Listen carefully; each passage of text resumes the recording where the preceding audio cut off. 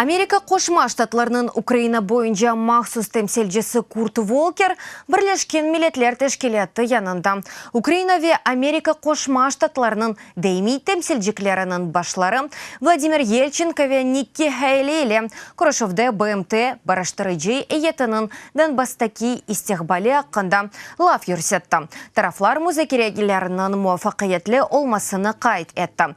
Эвел Курт Волкер Русия Донбасны я Абхазия чевережегі яда бараштырыжыларыға разы олажағыны білдірген еді. Вазиетнің девамлы бірзі детке чевереле білежегіні тахмин етмей. Минск анлашмаларының еріне кетірілмесі, Русияның Донбастан ордуларының чықыралмасы ве БМТ бараштырыжыларына ерлешмеге изін бермесі. Волкерның дегені кебі барашықны тіклер. Русияның Донбасс әрекетлеріне дайыр эки варианты бар. Абхазия, Джануби Осетия ве Приднестровьеде олғаны кебі бұзлаттырылған зидиятны яртармаға естеселер, оларға бұ пек палыға чықар.